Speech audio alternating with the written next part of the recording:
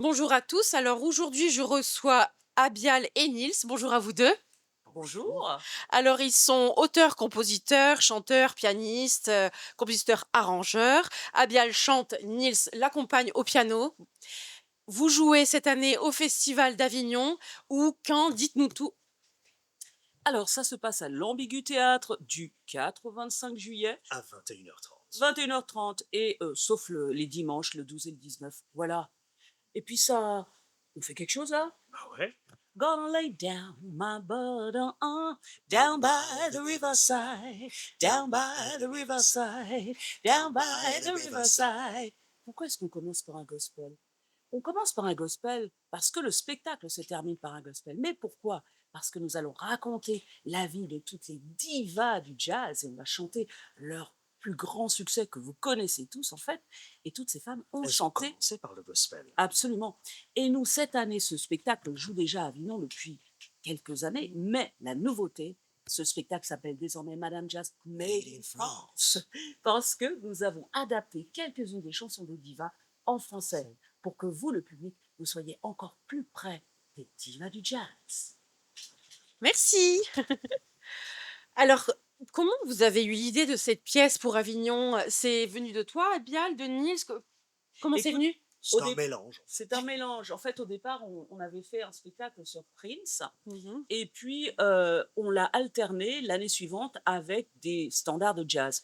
Et puis on s'est dit, mais attends, les standards de jazz, c'est sympa, mais ce serait pas mal de raconter l'histoire de ces femmes, les divas du jazz, parce qu'elles ont toutes des vies totalement incroyables, des vies inspirantes, et elles ont traversé l'histoire du siècle. Donc c'est absolument passionnant de raconter des extraits, des anecdotes de leur vie, tout en ponctuant cela de très très belles mélodies que tout le monde connaît en fait. Que tout le monde connaît ou ne connaît pas forcément. Et c'est ça qui est beau, en fait. L'histoire, c'est de vulgariser un peu le jazz.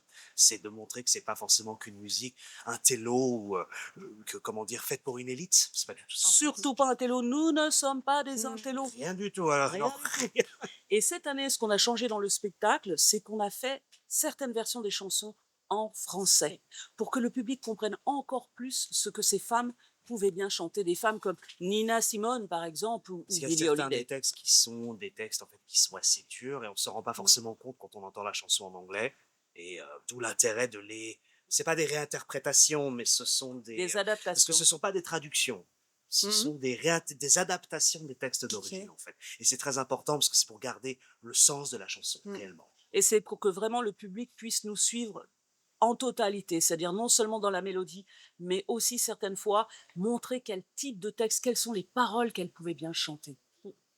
Pour le déroulement du spectacle, vous étiez, dès le début sur la même longueur d'onde, on va faire telle artiste américaine, après telle chanteuse, ou, vous aviez des 2 conceptions différentes Non, chaque? ça a été, enfin, on a toujours été sur la même longueur d'onde, mais ça a été un chemin qui s'est construit petit à petit. En fait, au début, on a voulu chanter tel et tel artiste que nous aimions bien, mais c'est avant même d'avoir le fil rouge de Madame Jazz. Mhm. Et quand on a eu le fil rouge de raconter leur vie et leur combat, là, on a commencé un peu plus à axer ce qu'on voulait faire. Hein. En fait, ce qu'il faut savoir, c'est que tout chanteur, toute chanteuse commence à apprendre son métier souvent en travaillant sur des standards de jazz. Mmh. Moi, j'ai commencé en travaillant sur des standards de jazz de Billie Holiday.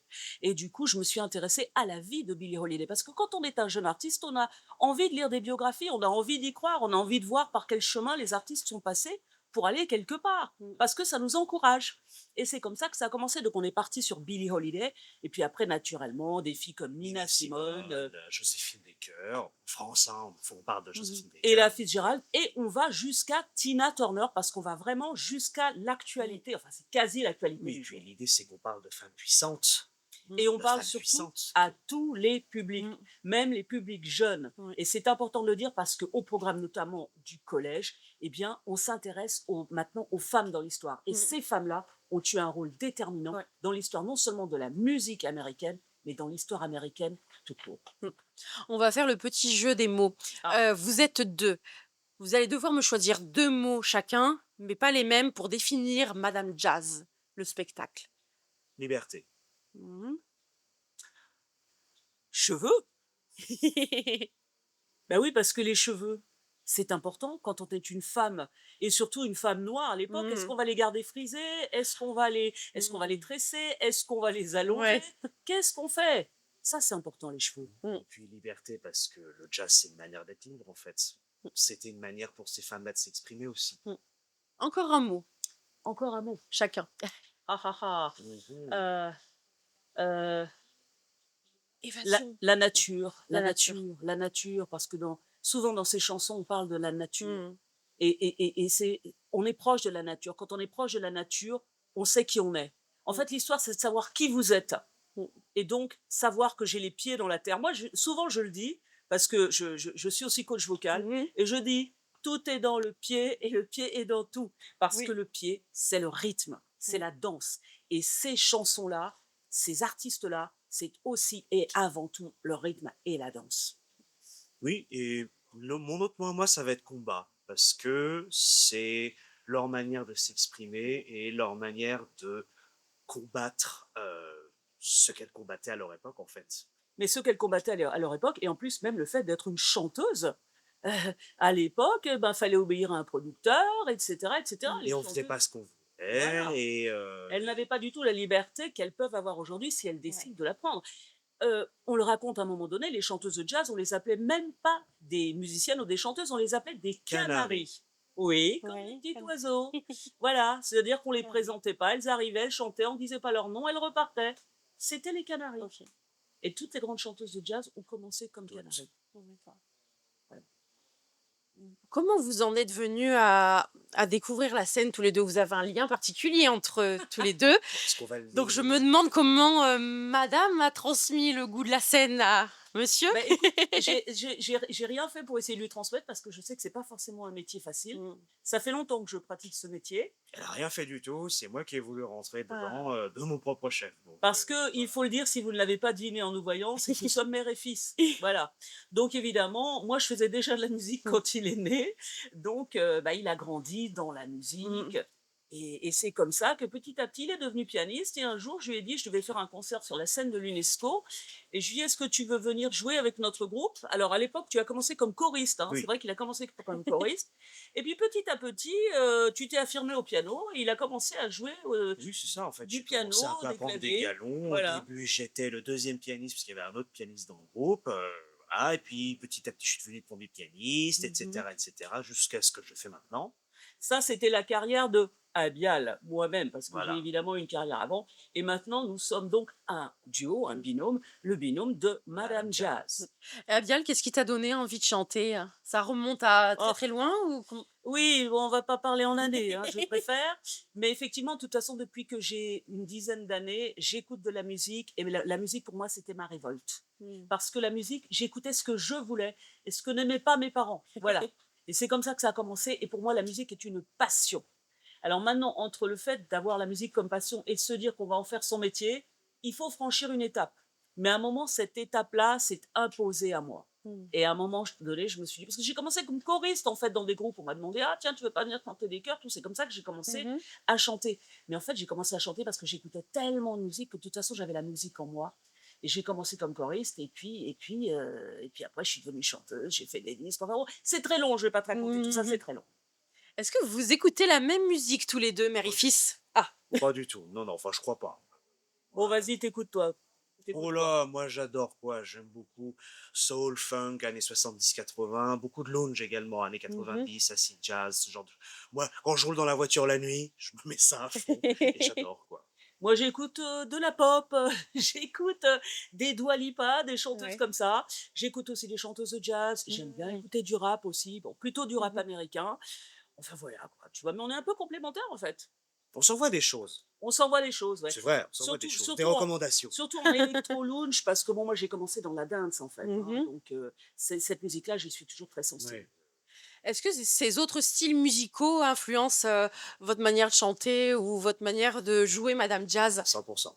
Eh ben oui, c'est obligé. 100%. Vous inspirez de Et tout? j'irai même plus loin, c'est qu'en ce qui me concerne, pour l'arrangement musical, ça m'inspire complètement pour comme travailler la musique, travailler les autres instruments. Parce que dans le spectacle, il y a certaines chansons qui sont beaucoup réarrangées, qui ne ressemblent pas vraiment à la version d'origine. C'est moi qui m'occupe des arrangements et c'est exprès que c'est un peu éloigné. Ok. C'est un peu modernisé pour Mmh. certaines Et chansons. puis, il faut dire que toutes ces musiques-là sont influencées au départ par le jazz et le gospel. Tous les gens qui font de l'électro, de la Ouais. house, etc., ils connaissent très bien le jazz. D'ailleurs, c'est beaucoup mélangé Mmh. avec du jazz, avec des influences noires. Donc, Sont- tout ça, de toute façon, la musique, c'est Le la jazz et musique le gospel, je crois que c'est la mère de beaucoup des musiques qu'on qu'on écoute écoute aujourd'hui. et qu'on joue même dans le spectacle. Ouais. Voilà. Alors Abial, tu chantes, Nils, tu l'accompagnes au piano. Est-ce que vous touchez à d'autres instruments? Pas forcément dans Madame Jazz, mais en général, est-ce qu'il y a d'autres instruments dans lesquels vous Moi, vous j'estime sentez? déjà que la voix est un sacré Oui, instrument. C'est un oui, instrument, qu'on se le dise. oui. Bon, je touchote vaguement de la basse, mais c'est très pourri. Voilà. Nice, par contre, tu fais d'autres choses, toi. Oui, bah, moi je suis bassiste par contre pour le coup un petit peu, ouais. Vraiment. Et puis oui, je suis chanteur aussi. Bah, j'étais chanteur avant d'être pianiste en Mmh. fait. Et puis bon, j'ai travaillé beaucoup mon instrument, le piano, mais là je me remets à la voix depuis quelques temps vraiment. Mmh. Et voilà, Et ouais. tu peux dire que tu as une trompette aussi, même si tu n'en joues pas. Alors si j'arrive à faire une note droite, c'est un exploit. On est content. Voilà, c'est le début. Mais j'aime beaucoup la trompette, c'est un instrument noble pour moi. Est-ce que ta maman t'aide en tant que coach vocal? Oh, elle m'a aidé, oui, elle a Au été début. d'une énorme influence au Ouais. début. Maintenant, je pense que je trace un peu ma propre voie, mais bon, ça m'arrive de lui demander conseil quand même. Mmh. Voilà, c'est important pour moi. Allez, un dernier mot pour la fin. Pourquoi venir voir Madame Jazz? Pour passer un bon moment, pour sortir avec la pêche, pour avoir envie de chanter en sortant du spectacle. Parce que c'est comme ça, les gens qui sortent de notre spectacle, ils ont la pêche. Parce que nous, on est là pour donner la pêche. Même si on raconte des histoires qui ne sont pas forcément drôles, il y a des moments drôles, il y a des moments qui sont plus graves, mais notre idée, c'est vraiment de donner la pêche et de partager notre amour de cette musique et notre amour de ces femmes et de leur énergie, parce que c'est des femmes qui ont eu énormément d'énergie, des femmes qui ont eu envie de vivre. Et c'est ça qu'on transmet. Et puis attendez, vous avez passé toute la journée dehors à voir des super spectacles, il fait Merci. 40 degrés toute la journée, vous êtes fatigué le soir. Venez voir Madame Jazz, venez vous détendre un Dans peu. une avec salle nous. climatisée. Salle climatisée, un peu de musique, des super histoires et repartez chez vous avec la pêche. Avec des étoiles dans les yeux.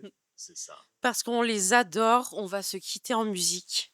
Then the Scotch shall get, then the snow shall lose. Charlie, So the Bible says, oh what it said. and it's still is news. Mama may have, Mama may have, Papa may have, Papa may have, but God God bless the child that's got his own. that's God got his own.